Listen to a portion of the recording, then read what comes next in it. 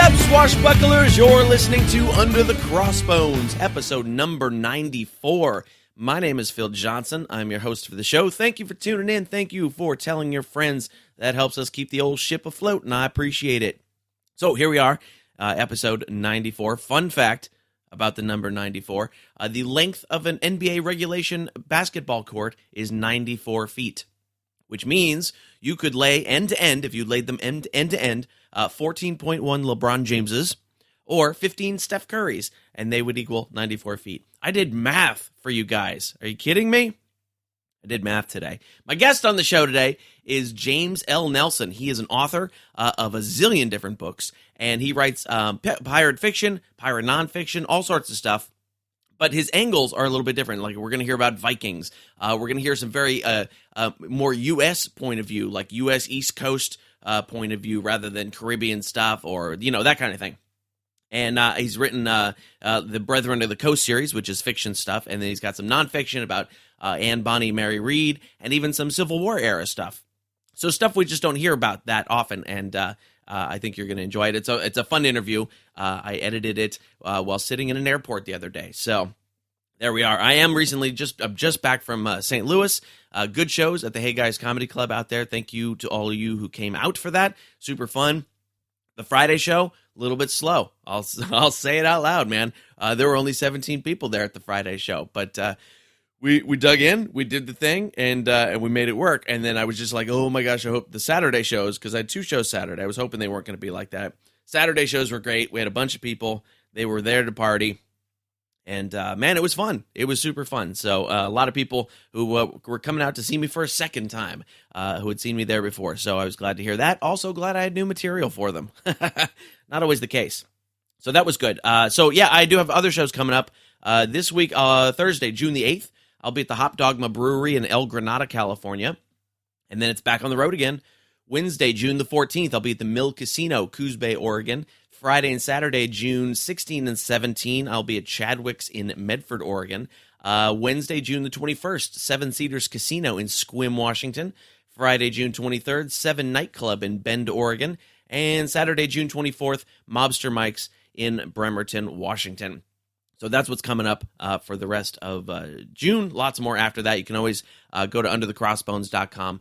Click on the tour dates page, and that will tell you when I'm coming to an area near you. And if I'm not coming to an area near you yet, call your local comedy club and tell them you want to see me, because that's always very helpful.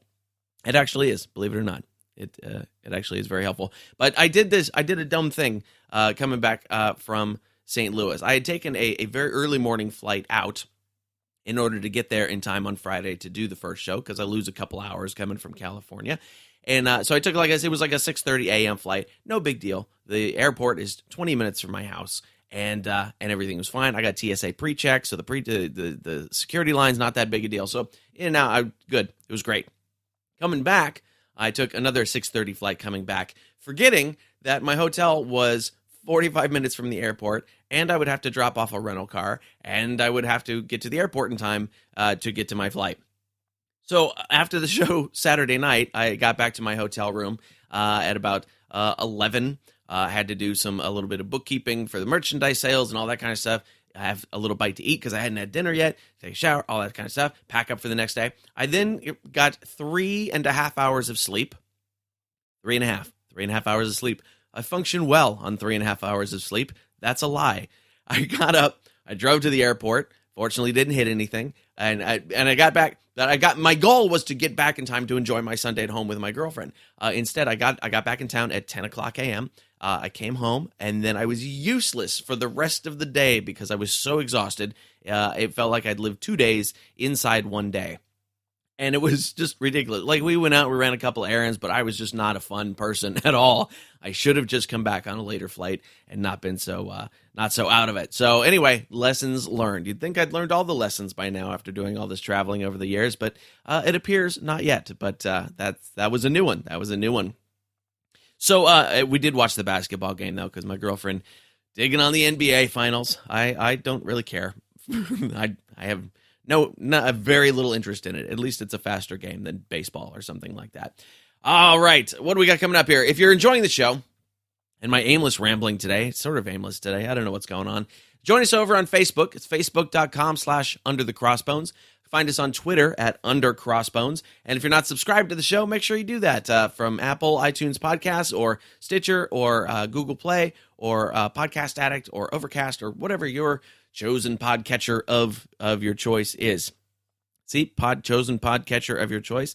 I think I got a lot of sleep last night. I slept for like 9.5 hours last night, but I still don't think my brain is completely back to where it should be. Anyway. We're going to keep going. Here we go. Ready? Support. If you want to support the show. This is ridiculous. Any other podcast host would edit all this garbage out. But you know what? I'm going to leave it in because hopefully you're laughing at my idiocy. If you want to help support the show, that would be awesome of you. Go to underthecrossbones.com/support. You can put a little donation in the PayPal box there, whatever you feel is appropriate. There's an Amazon banner. Click that Amazon banner. Go buy yourself something nice from Amazon. Like today, I just bought some recordable DVDs. But I can't click my own banner. It's against the rules. But if you click the banner, you buy yourself something nice. Amazon kicks me back a few pennies, and that's very helpful. If you want to be a sponsor of the show, that's very cheap and easy to do. Go hit that support page at underthecrossbones.com/support. Contact me from there, and we will get you all hooked up. All right. I think I'm going to go take a nap while you guys are listening to the interview. Because apparently I am not completely there yet, it seems, in my brain. So here we go. Here's my interview with the very fun, the very prolific James L. Nelson. Dig it. So you are a very prolific author, and Cindy Valor told me about you, and Helen Hollick told me about you, so you come highly recommended. Oh, good. And, yeah. I gave him $10 to say that. Yeah, only 10. Wow, they're cheap. It's But I haven't had a chance to read your stuff yet, and I'm really looking forward to doing so because I was looking through your Amazon page yesterday, and you've written a zillion different things, but mostly like seafaring, battle-y kind of stuff. Has that always been sort of your focus as a writer? Yeah, absolutely. My passion has always been ships in the sea. Ever since I was a little kid, all little boys always do dinosaurs and World War II airplanes and stuff. But for me, it was always sailing ships. And so I worked professionally in the traditional sail community for about 6 years before I decided it'd be easier to write about it than actually do it. I suppose. What were you doing there? Well, I started off, actually, I graduated from UCLA Film School. I was working in Hollywood and getting royally sick of that. And I found out that a replica of Sir Francis Drake's ship, the Golden Hind, was coming in. I was living on my sailboat in Marina del Rey at the time.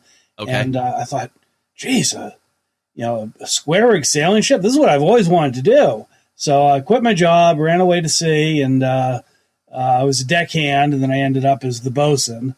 And then after that, I came home, back to L.A., sold everything, moved on to the next ship, and did that for a number of years. So you were actually working on that replica of the Golden Hind then? Yes, absolutely. And then I moved on to the Lady Washington up in Washington. It's a replica of a 18th century brig. I worked on the Rose on the East Coast, which ended up playing the Surprise in the movie Master and Commander. That was after my time. But yeah, so I was the third mate on that. So yeah, just a crew member. So now, had you had any sailing experience before that?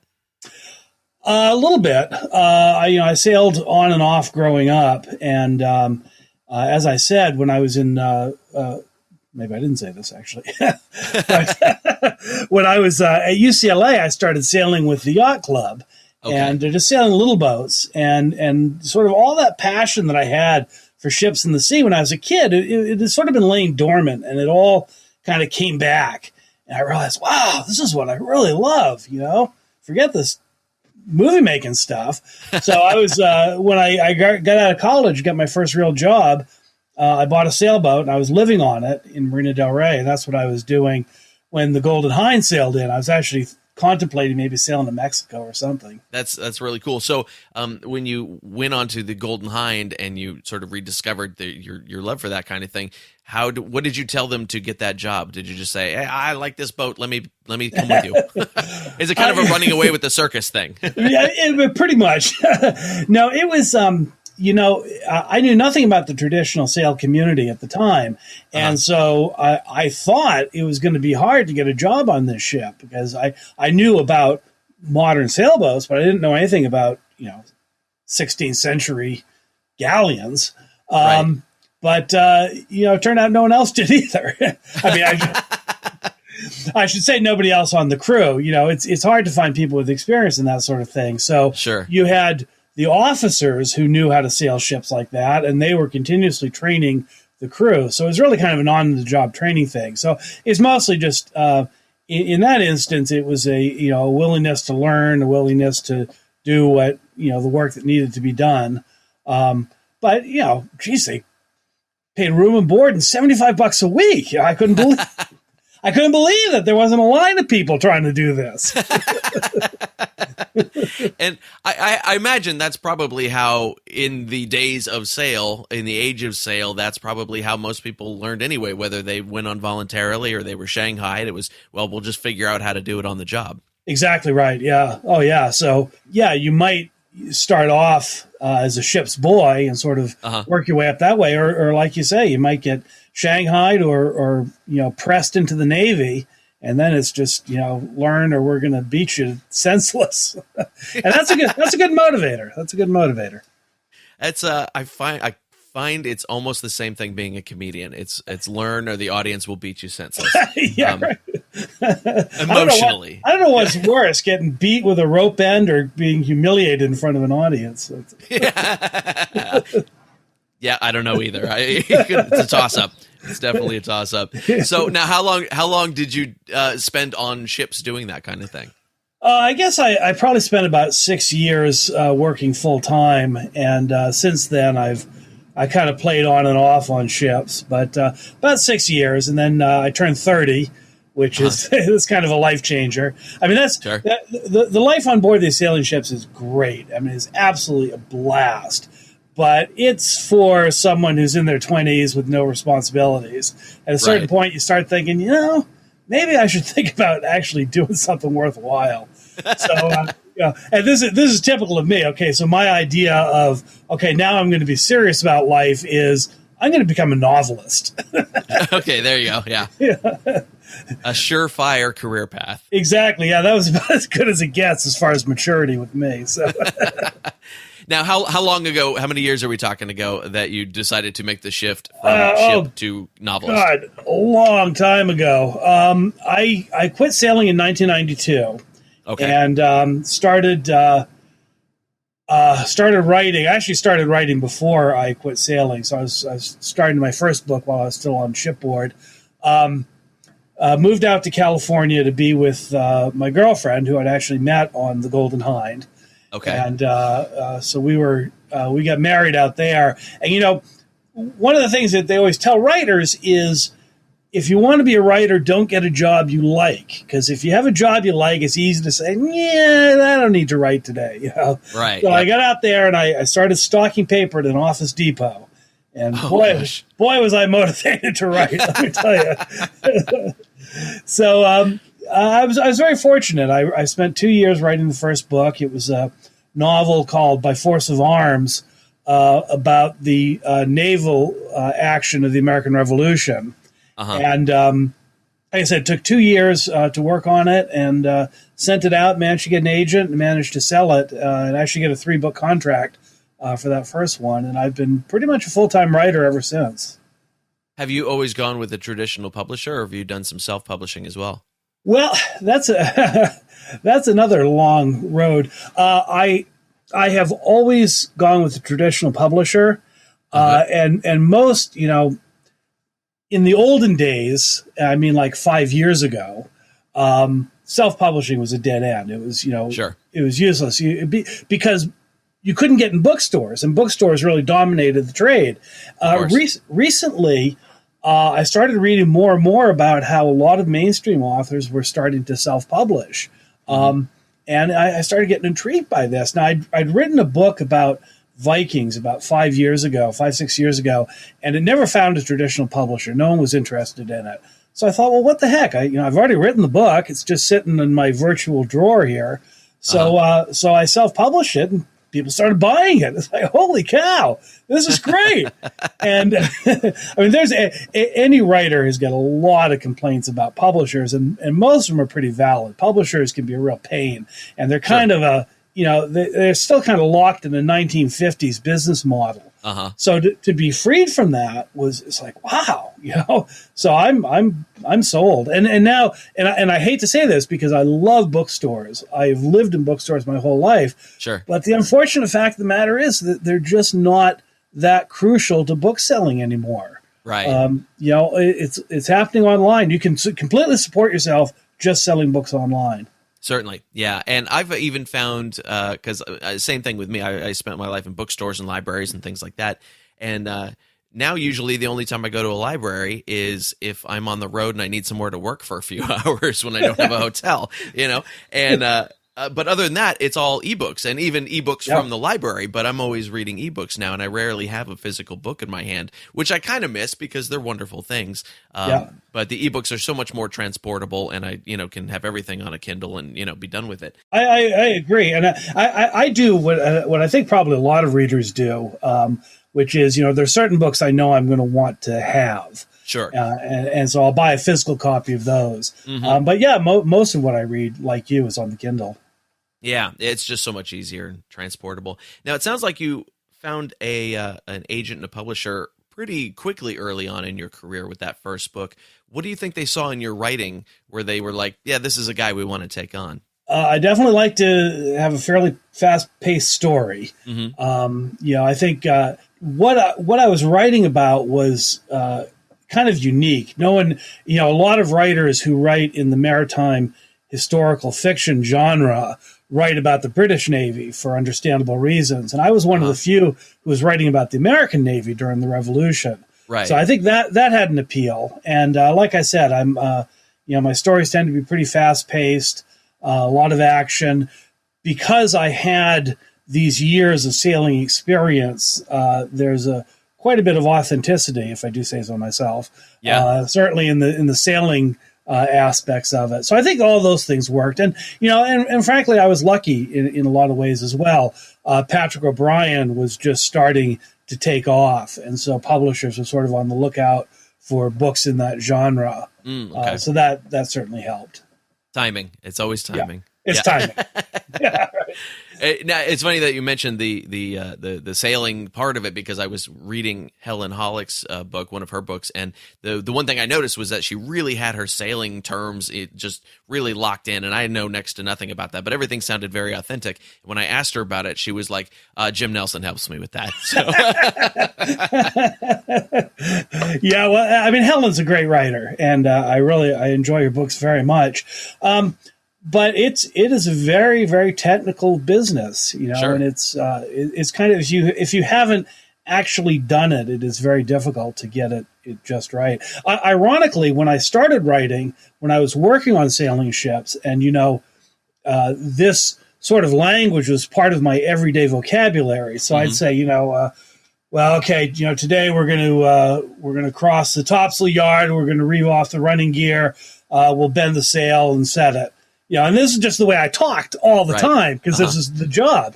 And so that language kind of appeared in the books. And when I look back at them now, I realize it was too much, just too much of that technical stuff. I think to some extent my writing is better now that I am some years removed from that, and I can be a little more discreet about how much of that stuff I cram in there. Yeah, that's what I was going to ask. Do you ever find yourself having to, for lack of a better word, kind of dumb it down for a non-seafaring reader who might not know all those terms? Because when I talk music with another musician, I can talk very, very differently than when I'm talking music with a non-musician. Absolutely.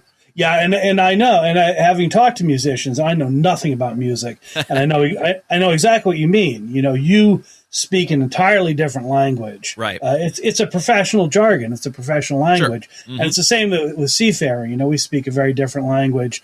I wouldn't say dumb it down, but certainly I would say tone it down. Okay. But you're nicer than I am. Exactly. But you probably have a similar experience in that it is sometimes hard to gauge what is the right level. Sure. So I will write stuff that I think is very basic. It's like, come on, this, and people still complain that there's too much salty language in it. But but one of the things that and when I say salty language, I mean seafaring language. Right. But one of the things that I've sort of learned to do is I try to use that nautical terminology like a spice. You sort of throw a little bit in to give it the flavor. Sure. But there's nothing. If you don't understand any of it, it's not going to make any difference in terms of the story. Right. There's no story that hinges on you knowing what a to Gant's the lift is, for instance. That would be for a very limited audience. Right, exactly. Yeah, it's funny because I mean, as I've been a pirate dork since I was a kid, but I have zero experience with sailing ships and things like that. So I'm still in the process of learning a lot of the terminology, and I always say I don't know my aft from a hole in the ground. So let's talk a little bit specifically about pirates and stuff, because your books are over a vast amount of history, all the way from Vikings through the American Civil War. Yeah. And where did you start in that history? Well, I started. I guess the Revolution has always been a particular interest of mine. So I started there. That was the first series that I did. There were 5 books in that series about a character named Isaac Biddlecombe who sort of goes through the American Revolution. And it was actually, this is one of the complaints about traditional publishers. And one of the things that's so wonderful about the self-publishing is, a traditional publisher, for years they've always felt that you can only publish 1 book a year by an author. That people won't buy more than that, which is nonsense. Of course. But so I get a 3-book contract and I'd finish it in a year and a half, but they're going to take another year and a half to, publish it. And so I'm sitting there twiddling my thumbs. So while I was in the middle of the American Revolution series, I started my first trilogy about piracy in colonial America. And that was when I got into that. And the first of those was The Guard Ship. Right. So The Guard Ship, and is that a 3-book series, the Book of the Brethren Coast? The Brethren Coast. Yeah, there are 3 books in that. It follows this character, Thomas Marlow. I've been reading a lot about pirates. I've been a pirate junkie myself, for many, many years. I do a little pirate reenacting and that sort of thing. I probably spend more time dressed as a pirate than a grown man should, but not on this show. You don't. Yeah. So anyway, in reading about pirates, I knew that, of course, a lot of these guys made a fair amount of money, and most of them either blew it or were hanged or killed some way, very short, very early in their career. So I started wondering, well, geez, I wonder if these guys, if any of them were ever smart enough to just go ashore and give up piracy. And so looking into it, I realized that actually quite a few had. Sure. And, particularly, here in New England, a lot of the old money goes right back to piracy. Right. So that was the creation of this character, Thomas Marlow. He's an ex-pirate who goes to Virginia in the very early 18th century to set himself up as a landed gentleman. But he keeps seeing these opportunities that he can't resist, so he keeps sort of being dragged back into it. I think we can all I can't think of the word. We can all relate to that. Relate is a simple word that I should be able to remember. So I would imagine, because you had been dealing with the Revolutionary War and things like that, that your setting mostly then for your pirate stories is the East Coast of America, more so than the Caribbean and places like that. Yeah, it's the first book really takes place largely in Chesapeake Bay, which actually was a pretty active center for piracy at that time. There was, it was a great place to hide out. So there was a lot of pirate activity around there. And part of it takes place in the Caribbean. A lot of the kind of the flashback scenes go back to the Caribbean. The second book, called The Blackbirder, takes place partially in the Virginia area and partially actually in Africa. Oh, wow. And it deals with this former slave who ends up capturing a ship and sailing it off to Africa. And then the third one takes place largely in the Indian Ocean and Madagascar and the Pirate Round, and that whole business. So I cover a fair amount of territory there. Yeah, and it sounds timeline wise sounds fairly accurate as well. I think so. Yeah. I tried. That's really cool. Now you've done the few books with the pirates, and I know you have one about Jack Rackham and Anne Bonny and Mary Read as well. How did that one come about? That was well, again, it's a story that I've always been intrigued by. I think anyone who's into pirates is very into Anne Bonny and Mary Read. Sure. And it's funny, for some reason, most people, and I'm not talking about pirate people, but people in general, have heard of Anne Bonny, but most people have not heard of Mary Read. And I don't know why. I always think of the two of them together. A little lesser known, yeah. Yeah, but anyway, so I was always intrigued by this story, of course. And so I started thinking about maybe doing a novel about them. There's not much material available, right. As I'm sure you're aware. Virtually everything that we think we know about them comes from Charles Johnson's History of the Most Notorious Pirates. Sure, yeah. Which may or may not be accurate. Right. But I got the trial transcripts, which of course is actual eyewitness testimony to what they did, and got the few other little bits of primary source material. So on the one hand, it's frustrating because we don't know much. On the other hand, it's kind of liberating when you're writing a novel because you're not quite as bound. You get a little more freedom because right. No one can prove you wrong. Nobody else so knows much room either. to make it up. Yeah, exactly.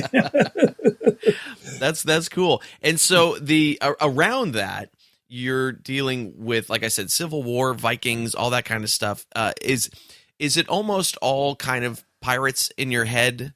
Because I mean, if we think about Vikings, they were doing their own kind of pirating. Yeah. They just weren't doing it with a parrot on their shoulder in the cliche way, So do you kind of relate it back to that idea? It's very interesting. I never thought of that. And it's funny how a lot of times I think authors will do something on a subconscious level without quite realizing it. And now that you mention it, I realize, yeah, you're right. It's it's those sort of anti-heroes that I really find appealing. Sure. So yeah, the Vikings and the pirates, and I've actually been kicking around the idea of starting a new series centered on the Buccaneers of the sort of mid-1600s in the Caribbean. Oh, that would be great. It could be a lot of fun, a lot of potential there. With the rise of the great Buccaneer armies and Henry Morgan and all that lot. Certainly. So yeah, I guess I am sort of intrigued by this sort. Well, what kind of brought it to mind for me was that the term pirate is very flimsy because it depends on which side of the argument and conversation you're talking about from, And so even during the American Revolution, I'm sure some of the British thought our Navy considered them pirates, Absolutely. basically. Oh yeah. Yeah. The classic example of that is Sir Francis Drake, sure. Whose ship I worked, the replica ship I worked on. To the English, he's a great hero. To the Spanish, he's a pirate. Right. Yeah, and it was interesting to see some of those Drake references when I was in England recently, and I was like, "Oh, that's right, they like him here." Right, exactly. Did you go to London by any chance? Yeah, we spent 10 days in London. It was absolutely fantastic. Did you see the Golden Hind? Because No, we did not. In the Thames there. Okay. Yeah, my girlfriend is not a shippy type person, and since this was our first trip there, we were trying to find things that we both wanted to see. And fair enough. But after the amount of shopping she made me do, I have some credit for next time. Oh yeah. Absolutely. So I noticed you had one book in there about naval stuff during the Civil War, which is almost never talked about. And early as a kid and as a teenager, I was a bit of a Civil War buff. Tell me what that book is about, because even I don't know that much about. Yeah, I've got two novels actually about the Civil War. Maybe the second was not on the list that you had, but and I also write nonfiction as well, which is kind of unusual. So I wrote a nonfiction book about the Monitor and the Merrimack, the ironclads, called Reign of Iron. I did see that one, yeah. Okay, yeah, and then I wrote two novels. The first was called Glory in the Name, and the second was called Thieves of Mercy. And they revolve around a a United States naval officer from Charleston, South Carolina. And the first book starts out with the shooting at Fort Sumter, and this horrible decision that he has to make. And I found in researching it that moral dilemma of whether to leave the service and go with the Confederacy seemed to have been a harder choice for the Navy people than it was for the Army people. And I suspect it's because a lot of the naval officers spent much of their career on foreign stations. So to them, the Navy was their country. Right. And it was a much harder deal for them. So the character Samuel Bowater does ultimately go south and join the Confederate Navy. He goes from being the first officer on this huge man-of-war to being the captain of basically a tugboat with a cannon on the front, which is about as good as they could do. Now, the Civil War is an interesting time period to deal with. Well, specifically the maritime stuff, because, like I said, it's not out there as much. Was there a lot of maritime battle during the Civil War? There was a fair amount. One of the problems was that the Confederacy was so outmatched by the Union that that's one of the reasons that the blockade runners were one of the most interesting aspects of what the Confederacy was doing. Because other than that, they couldn't really stand up to the United States Navy. They just didn't have the ships. Right. So that's part of the reason that I think people are not necessarily as interested in the naval aspects of the war. And I found out that when it comes to book sales, people really are not very interested in the naval aspect. Oh, well. Can't win them all. Exactly. But no, I found it fascinating. And, of course, you have the ironclads, too, and all that, and the ironclads being built on the western rivers, and just a lot of technological advances happening very quickly. The juxtaposition of the sort of American ingenuity with the rise of the Industrial Revolution, and just fascinating stuff. Yeah, certainly. And it's I've found it interesting recently because the Civil War is almost a common topic of conversation again, especially with New Orleans pulling down some of their Civil War monuments and things like that. Did you? And I'm not sure when did those books come out? How long ago were you writing those books? About 10 years ago, I think. Okay, all right, yeah. So it was not quite as talked about then. But how did you go about taking a Confederate soldier who was ostensibly on the wrong side of things in the results and make him a character that people cared about enough to read through a whole book about? That was kind of it was tricky, and I will say it was tricky not because I think there was something inherently wrong with the decision that the character made. To some extent, it was more tricky because I'm a born and raised Yankee. I was born and raised in Maine, and so to understand that Confederate mindset, that took a lot more. So I read a lot of journals, I read a lot of biographies, that sort of thing, and really sort of came to understand the vision that these guys had for the Confederacy and what it meant to them. So I think the main character is not, as a naval officer, he's really sort of doing his duty and he's going with his state. He has a slave, and he doesn't think there's anything particularly wrong with having a slave. It's just the way he grew up. Right. And I think that's part of it is that a lot of these folks didn't necessarily see this as a real evil. So yeah, it took some doing, and it took a lot of reading, a lot of research. But of course, a lot of these you see in a lot of the letters and the journals and stuff, the thing that really motivates these people is not the great cause that they're fighting for. It's the guy right next to them, the guy in the the trenches with them, or the guy standing next to him in the wheelhouse. That's really who they end up fighting for. Right. So that kind of shipboard community is really what I tried to portray. Yeah, that makes sense. And I imagine it would just be it's an interesting challenge as a writer to take a character that you may not like on the surface and try to find some sort of humanity in that character to bring out that would make other people want to read.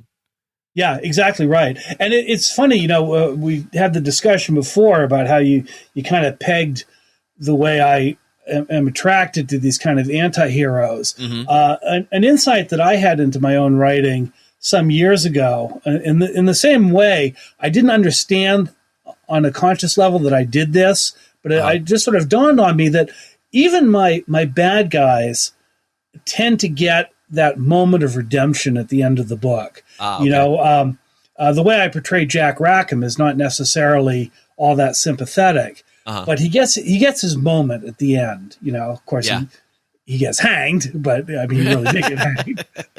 But just before he dies, he gets that moment, and so I really adhere to this idea that folks are not black and white. There are no people who are just good and the people who are just bad. It's a lot more nuanced than that, and that's something that I try to capture. Sure, yeah, that's really great. So, what are you working on now? What's next on the agenda? Well, I've got I'm doing the 7th of the Viking series. Okay. There seems to be a real interest in Vikings nowadays. Of course, you got that great History Channel series. Oh yeah, my girlfriend loves that one. Yep. Oh yeah, that's wonderful. Yeah, you're lucky. My wife won't watch it, so I got to sit there alone at night. There's that, and Bernard Cornwell's got his series that is doing very well, set in England. So I think there's a lot of interest right now. So, and I'm loving the books. They're just a real hoot to write. Nice. So I'm doing number 7 of that. As I said, I'm contemplating this idea of starting a new series about the Buccaneers, and following one character sort of will rise from being just kind of a hunter on Hispaniola to ultimately probably being a great Buccaneer leader. And I'm just toying with that idea right now, but I like it, and I hope I'll actually get to work on it at some point in the next couple of years. That sounds fun. That sounds really fun. So where is a good place online for people to keep up with everything that you're working on? Well, I've got a website, www.jameslnelson.com. I'm on Facebook, James L. Nelson. I do a newsletter, which you can sign up for at my website. That's about it. You can come hunt me down here in Harpswell, Maine, if you want. There you go. Nice. Well, that's fantastic. This has been super fun. I'm really glad we got a chance to talk. And me too. Is there anything I didn't ask you about that you want everybody to know about? No, I think we covered it. That was a really fun interview. I'm glad. Really enjoyed that. Yeah, I think you really hit a lot of great points. All right. Thank you, Jim. All right. We'll talk to you soon. All right. Bye. Bye-bye. And there it is, friends. That is my interview with James L. Nelson. And, of course, you can find him at jameslnelson.com, all spelled all regular like. And be sure to go check out a bunch of his books. There's good stuff in there that you will enjoy. I'll have links to the shows, to the books on the show notes at underthecrossbones.com/094. And, of course, if you click those Amazon links that I have for you in the show notes, you help support Under the Crossbones, too, which is very nice of you. Under the Crossbones is sponsored today by Pirate Radio of the Treasure Coast, WKKC-DB, playing the best music and pirate radio talk. You can listen to Under the Crossbones on both of those stations. Just go to pirateradioofthetreasurecoast.com or pirateradiotc.com. And don't forget to download their apps. That's the Pirate Radio Treasure Coast app, which is their music station, and Pirate Radio Talk, which is their talk station. Got a free ebook for you, too, Alexander X. Quemlin's Pirates of Panama. If you want a free copy of that book, very simple. Just go to underthecrossbones.com, click on the free ebook link, and you will be able to download it right there. It's very simple, very easy. Or if you're out and about and all you got is your phone, text the word pirate and your email address to 94253. Text the word pirate and your email address to 94253, and that will get you Alexander X. Quemlin's Buccaneers of America or Pirates of Panama, whichever title you prefer.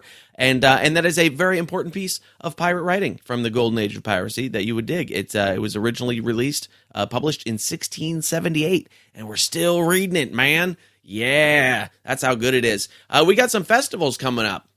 It seems to be a pirate festival every weekend somewhere. And if you are on the East Coast of the United States this weekend, you have your choice. Lots you could go to. June 6th through 18 is PirateCon at Cocoa Beach, Florida. June 9 to 11 is the Norfolk Harbor Festival at Norfolk, Virginia. And I feel like I have to bleep myself when I say Norfolk, Virginia.